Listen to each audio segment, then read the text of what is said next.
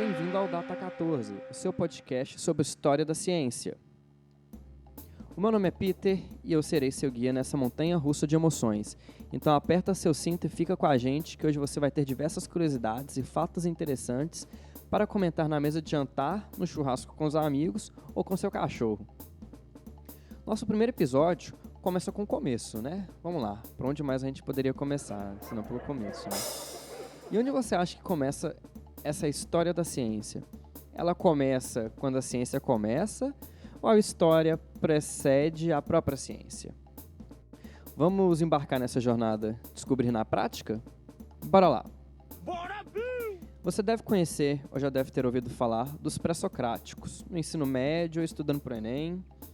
Nós vamos ver que se não fossem por diversas ideias vindas dessa turminha do barulho, esses barbudos malhados e inteligentes, a ciência não teria se arquitetado de forma que conhecemos hoje. Talvez nem existisse nada, ia ser tudo mato.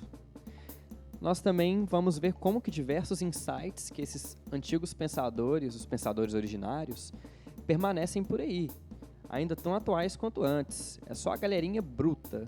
Vamos navegar nessa, gente. Bora lá. E falando de navegar, a gente começa em uma península de muitos navegadores, um local rico em comércio, extremamente propício para o florescimento de vários debates de ideias.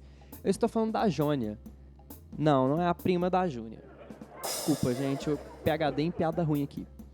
Lá na Jônia, nessa cidade grega, tinha um cara que bebeu muito das ideias babilônicas que viam na água como uma substância mais importante da vida e acabou proliferando essa ideia. E assim, com razão, né? Água é vida. Já bebeu água hoje? Beba água. Mas voltando, está falando sobre o Tales, famosinho de Mileto, muito conhecido pela galera da matemática. Ele estava ali neste momento muito importante da Jônia entre 620 e 550 a.C., onde ele iria atrair muita atenção do pessoal falando que o princípio de tudo era a água. E o Tales foi o pai da filosofia, de certa forma, com seus teoremas matemáticos de lógica e com seus princípios sobre a natureza da matéria. Gente, essa ideia da natureza da matéria, que ele traz como sendo algo elementar e que tudo derivaria desse elemento primordial, só assumindo formas diferentes, né? Mas com a mesma substancialidade, diz muito sobre esse começo na discussão sobre a natureza da matéria e o método investigativo. Isso provoca na galerinha ali um imenso interesse em imaginar o que é matéria, o que é tudo isso. Então ele deixa um legado enorme para outros filósofos que virão a seguir. E eles vão pensar muito nesse conceito muito importante que a gente chama de cosmos. Veremos que essa palavrinha, cosmos, é essencial para o nascimento e desenvolvimento da ciência. E qual é esse princípio do cosmos? Era o modo de operar que o pessoal tinha de arrumar, ajeitar, a organizar o universo. Sabe a palavra cosméticos? Então, é aquilo que deixa ajeitado, organiza, para que fique mais bonito, estético, né? Ela vem desse princípio organizacional que o cosmos incorpora. E o Tales de Mileto, gente, vai trazer grandes contribuições e vai deixar para esses pupilos muitas ideias e princípios cosmológicos para a busca da verdade por uma ordem restrita, né? Aí teremos o Anaximandro, que vai ter discípulo Anaximenes, que vão ter outros discípulos que vão continuar essa escola de pensamento grega pré-socrática. Mas o que o Anaximandro, pupilo de Tales, dizia? É até engraçado, parece que era moda na Grécia os pupilos serem hiper contra as ideias dos mestres. Tales, você tá boiando demais nessa ideia de água. Então tá bom, Anaximandro. Me define, então, algo melhor. O princípio é indefinido. A moda agora é o apeiron. Essa parada de água é furada. E é isso, galera. O Anaximandro estava bolado com seu mestre e discordava porque acreditava que o apeiron era o princípio universal que coordenava tudo e que fazia o cosmos engrenar. algo que era o indefinido, ou ilimitado, ou infinito. Mas espera aí, isso não parece bem abstrato, né? Anaximandro, acho que sua cevada estava mofada. Então, vejamos melhor. Anaximandro estava muito mais preocupado com os comos e porquês, mais do que o que era em si.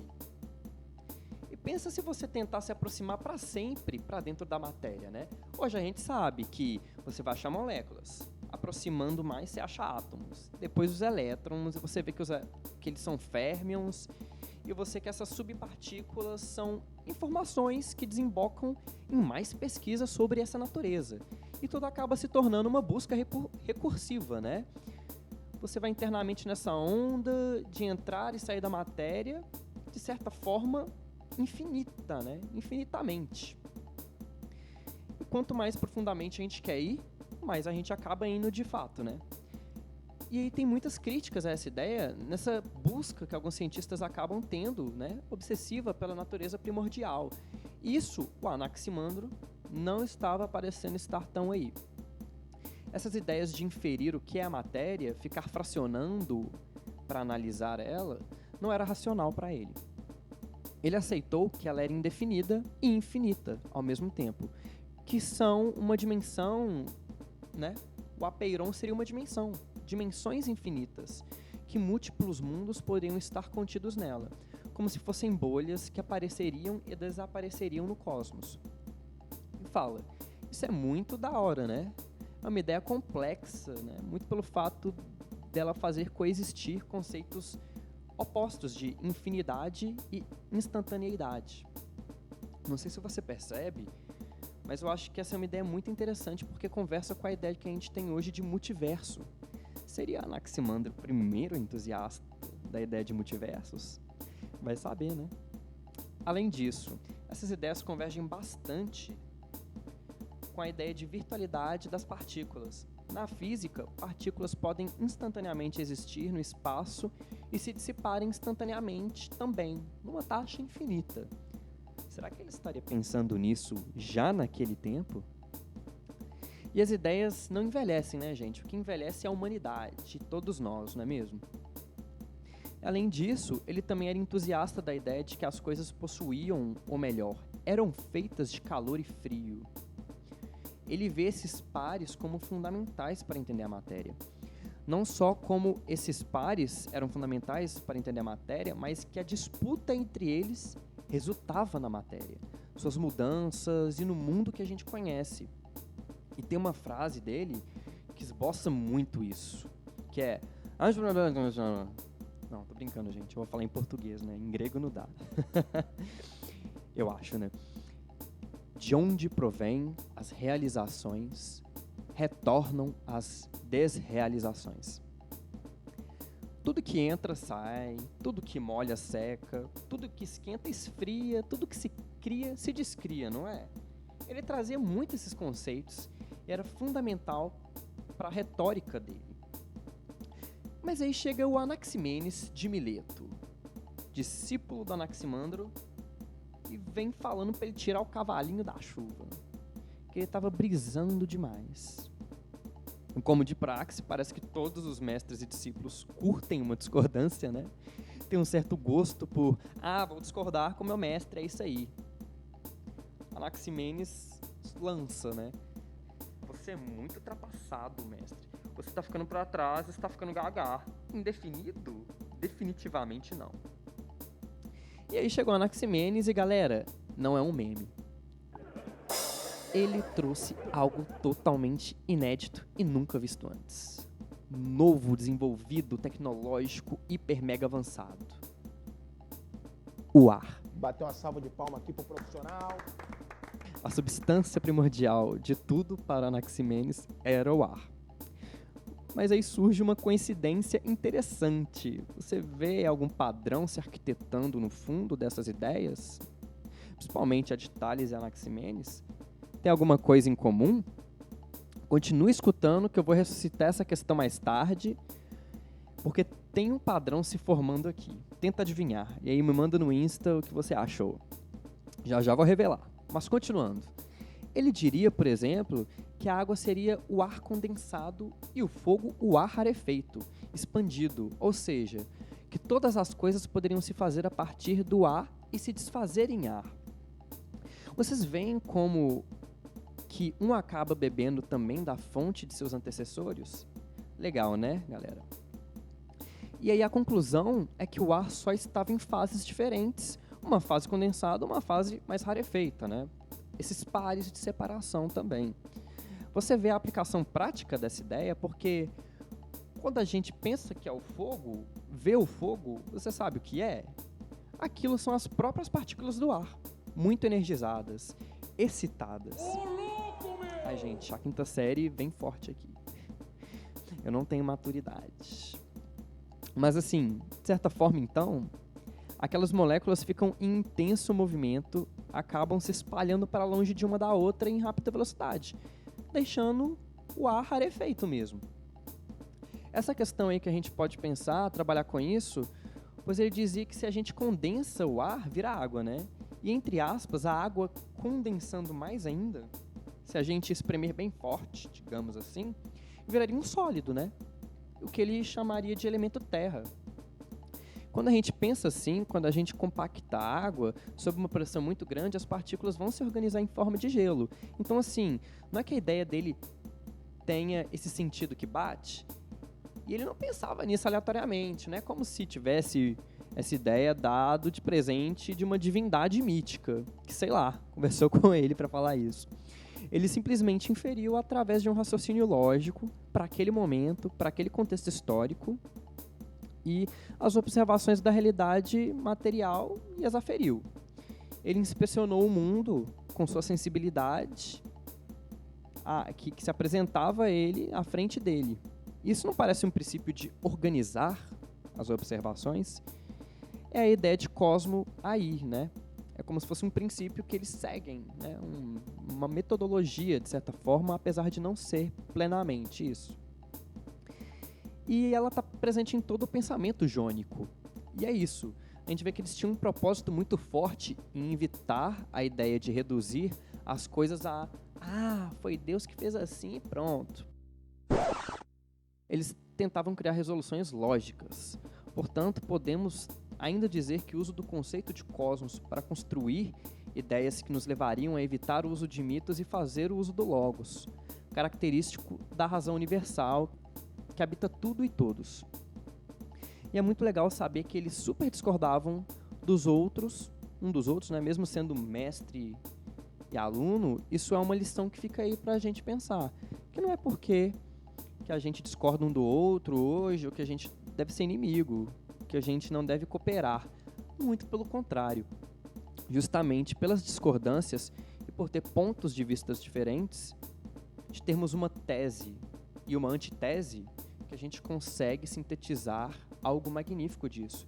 Essa galera era expert nisso. Bateu uma salva de palma aqui pro profissional. Nesse caminho dialético, construímos o que a gente chama de conhecimento. E aí que está, inclusive a dialética. Esse é um tópico muito interessante do próximo rapaz que a gente vai estudar, que é o Heráclito, o Sombrio, ou Heráclito, o Oculto, ou como eu adoro chamar, Heráclito, o Gótico. Ele é considerado o pai da dialética, que é fundamental para estabelecer a ciência. Mas então, gente, agora eu vou perguntar. Vocês conseguiram sacar o que esse pessoal tem em comum? Qual é aquele padrão? Vou revelar aqui, hein? Então anota que essa é uma boa de cair em prova também. Todos esses três pensavam no princípio como único. Assim como Heráclito, que a gente vai abordar adiante, eles são conhecidos hoje como os materialistas monistas. Agora eu entendi. Materialista por criar princípios definidores da matéria e monista de mono, né? Uma coisa só. Agora eu saquei. Mas o Anaximandro, será que ele fez... o que fez ele sair desse padrão, né? Vamos pensar mais sobre isso também. Ele é um monista por pensar no apeiron, mas e em definição? Bom, cabe a você pensar agora. Agora, gente, nós vamos para o bloco final. Agora que aprendemos esse modelo de pensar através do logos no cosmos, podemos fluir mais facilmente pelos próximos cabeções. Bora, Bill! Agora nós vamos abordar alguns outros filósofos brabos nesse bloco. Um deles já falei com vocês agora há pouco, é o Heráclito. E nesses filósofos a gente vai introduzir a formação da ideia da existência verdadeira da matéria, transformações e elementos. A real é que você já tem esse spoiler que tem 4 elementos básicos, né? Obviamente, talvez, graças ao Avatar, a lenda de Aang. E a gente já sabe que o elemento água é defendido por Thales. O ar é o elemento defendido por Anaximenes. E agora veremos que o que vai ser defendido pelo Heráclito é, adivinhem, Posso perguntar? o fogo. Chama o bombeiro! As premissas dele para defender o fogo possuem uma profundidade interessante. Elas incorporam uma lógica hierárquica em sua leitura sobre as transformações da matéria. E ele era conhecido por incorporar em seus pensamentos filosóficos ideias que eram consideradas não tão convencionais para as formas de narrativas gregas dessa época, sendo algumas contraditórias e ele considerado como uma pessoa pessimista. E ele é um dos expoentes dos estudos sobre dialética também. Isso tem tudo a ver com o desenvolvimento dessas ideias dele. E aí a gente tem um trecho. O mundo, o mesmo em todos, nenhum dos deuses e nenhum dos homens o fez. Mas sempre foi, é e será fogo, sempre vivo, acendendo segundo a medida e segundo a medida se apagando. Que lindo, né, gente? Outro trecho dele. O fogo, sobrevindo, há de distinguir e reunir todas as coisas. Então fica neste trecho claro que o Heráclito estabelece que a substância essencial das coisas aqui é o fogo, né? Diferente de seus antecessores. E uma coisa que ele coloca é o fogo como o patamar mais alto de todas as coisas, né? Que sobrevindo está acima dos outros materiais, que ao serem enriquecidos de calor alcançam seu estado, onde todas as coisas em sua essência se reunirão em fogo único, originário. Ele expressa bem essa ideia no trecho abaixo. A morte da terra é tornar-se água, a morte da água tornar-se ar, e do ar torna-se fogo, e vice-versa. Aqui vemos como ele descarta o conceito de permanência quando ele admite a morte do material para se tornar outra coisa e como esse ciclo é mantido reversivelmente. Interessante, né? Não. Outro trecho dele. Para os ventos, a morte vem a ser água, para a água, a morte vem a ser a terra, mas da terra nasce a água, da água, vento.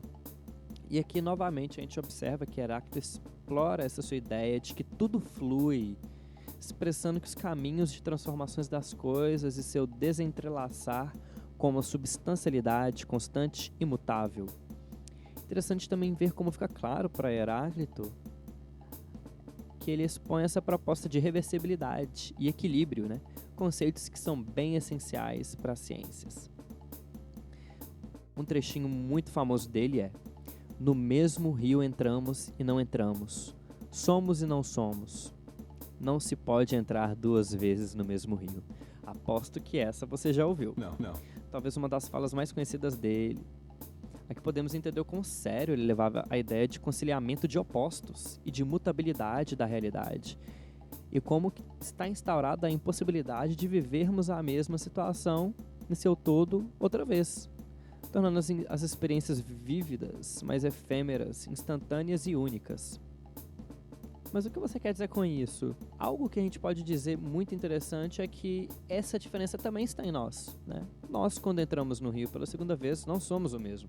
Aquela primeira experiência enviesa a nossa segunda experiência. Quer ver um exemplo muito bom? Aquela pizza maravilhosa que você comeu uma vez, se você come ela de novo, se você já comeu ela de novo, vamos chegar nessa conclusão que, na primeira vez estava melhor. Mesmo ela sendo a mesma receita, feita do mesmo jeito. É por isso, gente. Então temos que Heráclito defende a ideia de que tudo era mudança, que o mundo era constante mudança, que a premissa que resolvia tudo era mudança. As coisas mudavam, se transformavam, variavam. as coisas fluíam. Igual o Bruce Lee fala. Pode ser que o Bruce Lee é time Heráclito. E esse é o princípio para Heráclito. Que o cosmo, para manter sua perpetuidade, ele tem que estar em constante mudança. Para ele, essa é a coisa que permanece. Mas agora vamos lá. O que Parmênides tem a ver com isso e por que ele é do contra? De fato, sabe aquela história que... será que foi um deus que chegou e contou essa lógica, né? E o povo falar, olha que lindo! Então, Parmênides era desses. Ele declarou de forma poética como que ele passou por uma revelação em um sonho, numa conversa, sobre o que é a verdade e do que se trata as verdades, como a deusa. E é como se fosse uma meditação metafísica, né? E é disso que ele tira certos alicerces e tenta construir os axiomas, né? E das teses essenciais que ele tem é que algo sempre permanece. As coisas são substancialmente as mesmas. O que mudam são as formas apreensíveis aos nossos sentidos. E assim, profeticamente, através desse discurso de uma deusa, ele fala sobre o caminho de uma verdade bem redonda, conforme no seguinte trecho. Cuida que caminhos únicos do procurar são dignos de serem pensados. Um que não ser não é o caminho da obediência, pois ele segue o desvelar-se. O outro que não é, e que necessariamente não ser é. Este caminho eu te digo em verdade ser totalmente insondável. Neste primeiro trecho é importante apontar como que, no regime de investigar o ser e incluí-lo como objeto de interesse, ele exclui o pensar um não ser, que de certa forma vai produzir um atraso nas ideias de nada e de vazio, que serão rebuscadas futuramente. Outro trecho dele é: pois o mesmo é pensar e ser. Nesse segundo trecho, Parmênides determina que o que é pensar e o que é ser simultaneamente. Isso sendo um momento fantástico para a história da filosofia, né? Que vai ser revisitado continuamente, né? Por exemplo, é possível extrair de William Shakespeare um pouco essa ideia em Hamleto, quando tem a citação de ser ou não ser, eis a questão. Além disso, na obra de Descartes, né, no argumento do penso, logo existo, onde existo pode ser lido também como sou. E o Parmênides ele tinha forte antagonismo com essa ideia de que tudo é reversível e que as coisas são mutáveis, inclusive chamando ele, o Heráclito, né, e os seguidores do Heráclito, né, surdos e ao mesmo tempo cegos. Então ele expressa, né, essa discordância muito, e ele fala que, como a Terra, o Sol e a Lua, também um éter de tudo, a celeste Via Láctea, o extremo Olimpo e o calor dos astros, tem o ímpeto de tornar-se. Por que tornar-se, né? Porque se a coisa está se tornando, é porque ela já é. Ela já está sendo, né? Você só consegue tornar algo se você já for algo, né? E essa é a premissa dele. E ele acreditava que a verdade deveria ser buscada apenas pelo raciocínio e que não se podia confiar na evidência obtida pelos sentidos. Essa é a lógica de pensamento retórica, de certa forma, de Parmênides. Isso é muito interessante porque diz muito sobre o dialeto linguístico de elaboração dos gregos, né? Quando ele fala que a verdade deveria ser redonda, né? É porque quando algo é redondo, todos os pontos têm a mesma relação, né? Não tem curvaturas diferentes, não existem pontos de questionamento de diferenças num círculo, né? E aí ele entra em conflito com essas premissas de Heráclito, isso causa um rebuliço na Grécia como um todo, e assim essa convergência de ideias vai suscitar muito mais reflexões. E é interessante que as pessoas vão descobrir nas camadas do que pensar sobre essas relações dualísticas de oposição que aparentam existir no universo, né? Não. E a gente vê que essa é uma verdadeira discussão dialética de permanência e mudança. E aí fica a pergunta para vocês. Posso perguntar? A realidade muda ou permanece? As coisas estão em constante transformação, como Heráclito coloca, ou são apenas aparências enviesando nossos sentidos, como Parmênides afirmava? Essa eu deixo para vocês pensarem. Pensa aí varrendo um chão, lavando uma vasilha, que dá certo. Depois de muito bate-boca, chegou Empédocles, de Agrigento, cidade da Sicília, na Itália, também a terra do Parmênides, por volta de 450 a.C. E ele rejeitou a filosofia de Parmênides e tal como os jônicos, fundou seus pontos de vista na observação. Ele é famoso por seu experimento com a clepsidra, ou relógio d'água. É como se fosse pegar um compartimento com ar lá dentro, né? Virar ele de cabeça para baixo e mergulhar na água. E aí ele tirou esse compartimento e falou: olha, não entrou água aqui dentro. Portanto, não estava vazia, tem algo aqui dentro. E aí ele prova que o ar é material. Isso é de suma importância para destacar, né, as ideias deles e dar credibilidade a ele. E aí ele destaca duas ideias muito importantes. A primeira, que é a de elementos, que apesar dos estudantes de Pitágoras terem utilizado esse termo antes na matemática, o Empédocles é o primeiro a utilizar no sentido que damos aqui a palavra na sua forma material, né, explicitamente. Na sua terminologia, ele denomina esses elementos as 4 raízes de todas as coisas. E, novamente, né, raiz, algo comum aos matemáticos. Pitágoras tem uma grande influência aí. Isso coloca ele em oposição aos monistas, que eu falei antes, e ele inaugura essas ideias como um pluralista. Ele defende essências materiais plurais, não únicas. Outra ideia que Empédocles inaugura é a noção de que existem duas forças que agem sobre os elementos, que coordenam como eles se combinam. As forças do amor ou união e do ódio ou disputa. Uma é a que mantém as coisas unidas, a outra as separa. Essa ideia é tão fundamental que ela permanece até hoje na ciência, sendo que estabelecemos diferenças entre forças naturais e elementos básicos que são sujeitos a essa força.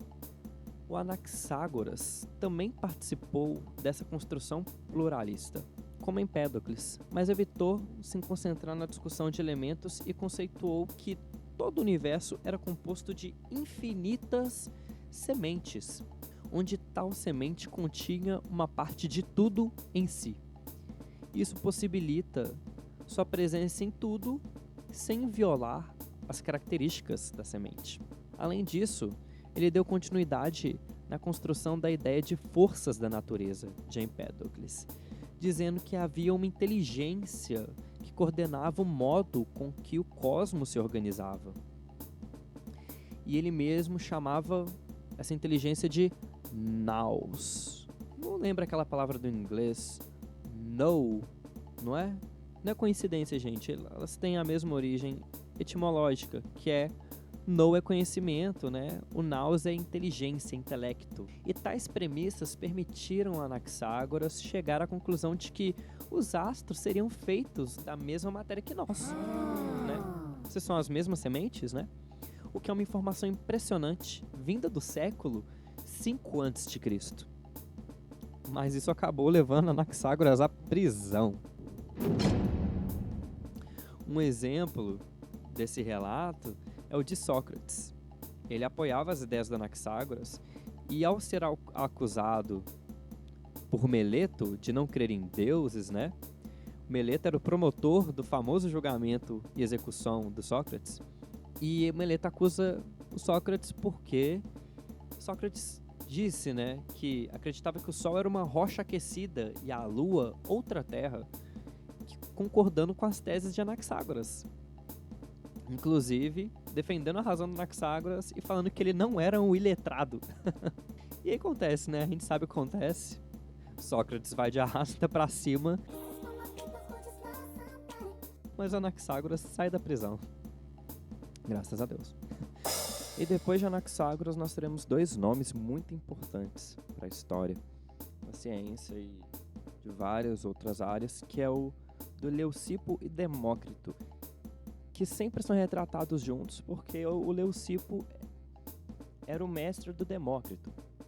E eles reuniram ideias e sintetizaram o conceito de átomo, presumindo que estes eram pecinhas muito pequenas, eternas e invisíveis a nossos olhos, que formavam todo o material que conhecemos.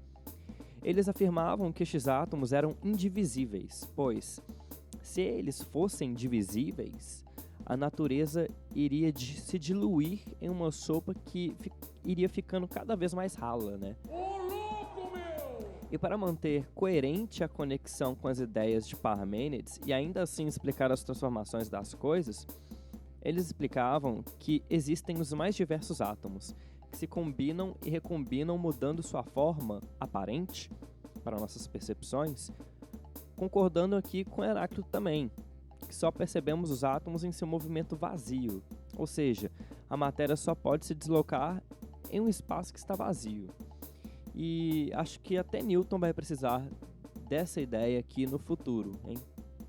Adivinha como? E cada átomo é assim um universo fechado, completo, que se assemelha ao universo global de Parmênides. E Demócrito pensa que nada permite atribuir uma forma única aos átomos. Como são tantos e se combinam em diferentes tipos, proporções, acaba que suas formas são muito variáveis no macro. E isso dificulta a nossa capacidade de saber qual que é a verdadeira essência do átomo. E é importante lembrar que esse conceito de vazio, nada ou não ser é retomado após ter sido deixado de lado, né, do escopo de coisas a se pensar por Parmênides. Isso conflui bastante para uma ressintetização dessas questões. E é muito importante a gente lembrar que os atomistas não eram os mais populares da Grécia, muito também pelo fato deles utilizarem essa ideia do vazio, do nada, do não ser, em seu conceito de átomo. E aí a gente pode falar brevemente do Sócrates, né, que eu já até comentei um pouco na parte do Anaxágoras. O Sócrates não tem tanta contribuição para falar da natureza da matéria.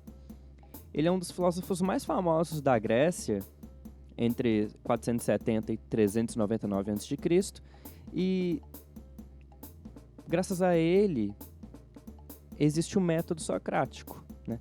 Que é o processo em que um argumento principia com uma proposição inquestionável baseada na experiência ordinária e vai se desenvolvendo, né? Vai se desdobrando com o uso de regras lógicas claramente definidas, né?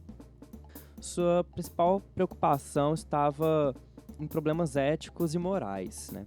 E isso a gente vai ver que ele atua bastante. Mas apesar disso, como a gente pode ver na defesa de Anaxágoras, ele se importava sobre essas questões. Ele vai ser uma grande inspiração para Platão e Aristóteles e todos que virão posteriormente, né? E a gente pode falar sobre Platão, que é muito importante que ele desenvolve sim uma ideia sobre a natureza da matéria, que são as teorias dos elementos apresentarem as suas formas mais elaboradas, né? A inspiração de Platão, que viveu ali por volta de 427 a 374 a.C., filia-se muito em parte da escola pitagórica. As coisas do nosso mundo são de algum modo sombras, o reflexo de um mundo perfeito, que as ideias são seres metafísicos que constituem o real.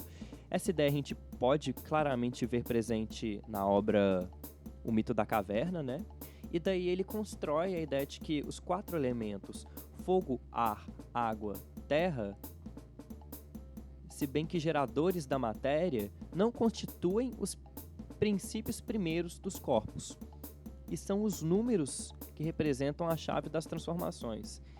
Eles são não apenas o modelo da matéria, regulando e ordenando tudo, mas eles são a matéria física. Platão irá conceber a matéria como uma forma geométrica, um volume.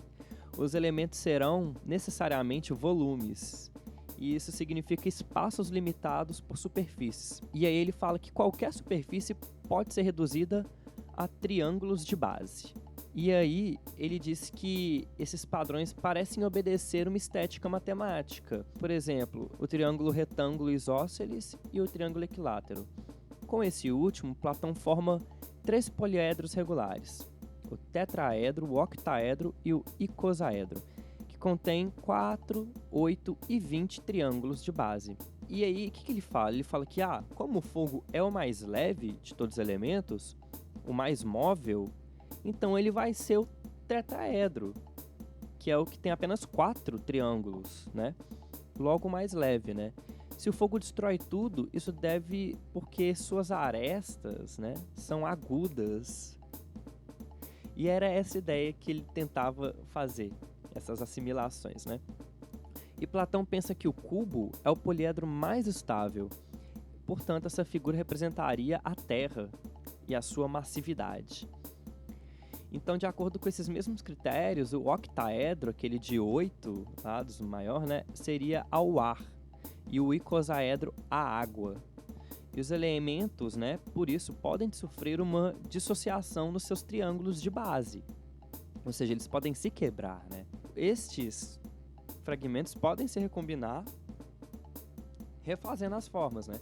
Isso é uma ideia que concorda tanto com as transformações de Empédocles, concorda com que as coisas fluem do Heráclito, e ainda assim tem a ideia de permanência do triângulo, que é uma ideia que Parmênides poderia defender. E aí, como a gente sabe, o Platão é o primeiro criador da academia, e uma das pessoas que sai lá da Macedônia para ir na academia de Platão é o Aristóteles.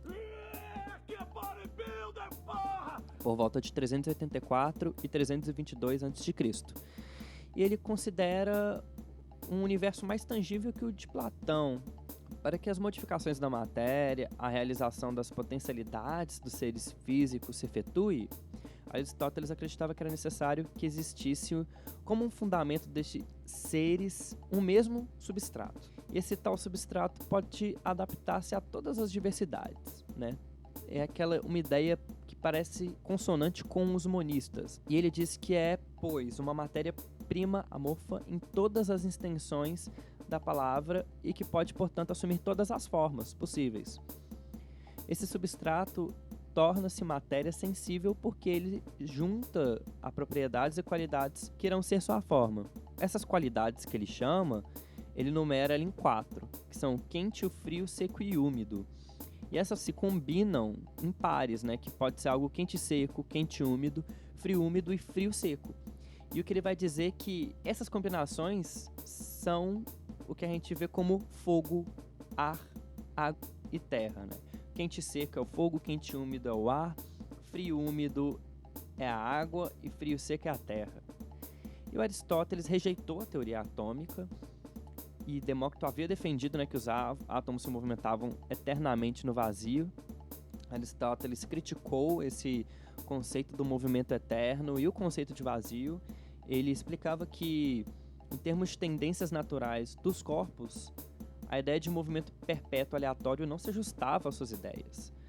A rejeição do vazio se deveu, em outras razões, a crenças errôneas a respeito da queda dos corpos. Ele acreditava que a velocidade com que um corpo caía em direção à Terra era proporcional a seu peso. Não tinha a ver nada com vazio. Além disso, ele foi um enorme expoente na discussão ética e moral, inclusive na área de educação. Muitas ideias sobre os propósitos da ciência partem de Aristóteles. Ele cria um princípio de categorização de diferentes ciências, a da saúde, a política, da engenharia, a física e etc. Inclusive, uma das principais preocupações dele era a ciência política, pois são os políticos aqueles que tomariam as decisões de quais ciências seriam importantes para seus cidadãos aprender. Olha que coisa delicada, né, gente? Uma grande discussão ética essa.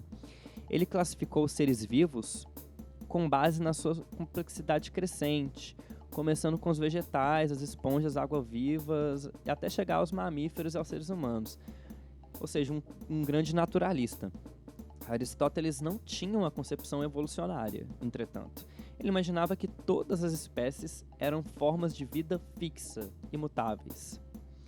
Os seres vivos se distinguiam da matéria inanimada por possuírem uma alma, sendo a alma humana a mais altamente desenvolvida, né? A conclusão que podemos tirar é que as ideias opostas coexistem sendo um conjunto verdadeiro de contradições, porque a gente vai ver adiante que essa coexistência amplia a descrição do mundo, onde Aristóteles vai dizer que a dialética é diferente da lógica na inspeção do mundo. A lógica visa a verdade como pura. A dialética já visa as formas verdadeiras. E isso é importante porque presume em dizer que a forma pode ser verdadeira ou falsa. Ou seja, que a gente não consegue saber a verdade pura das coisas. Né? A essência, a substancialidade muitas vezes não é apreensível, apenas são as formas. E isso é sobre uma investigação, né, do que essa forma pode aparentar ser, qual que é a substância verdadeira existente. E tem muitas verdades que a gente não consegue inspecionar até hoje, né, gente? E é por isso que a gente atribui esse caráter dialético. Uma das coisas, por exemplo, que a gente já tem bem estabelecido hoje é o princípio da incerteza de Heisenberg, que fala que, olha, a gente não consegue apreender a posição e o momento de uma partícula subatômica simultaneamente. A gente não consegue saber a posição e o momento de verdade. E aí que tá, gente. Esse desenvolvimento, mais propriamente dito, parte lá de trás com esse estabelecimento desses alicerces e vão se construindo, se somando, né? E formando o que a gente chama hoje de conhecimento, né? Toda a episteme e toda essa cultura, né, da ciência que a gente constrói. Claro que eu omiti vários que são muito importantes, mas eu acho que eu consegui destacar muitos que são bastante citados e tem muita importância para a formação da ciência. E é isso, gente. Eu acho que deu para resumir bem, falar bastante dessas ideias e posteriormente a gente vai continuar falando de outros filósofos muito importantes para a ciência. Então é isso, galera. Muito obrigado por ouvir até aqui. Falou!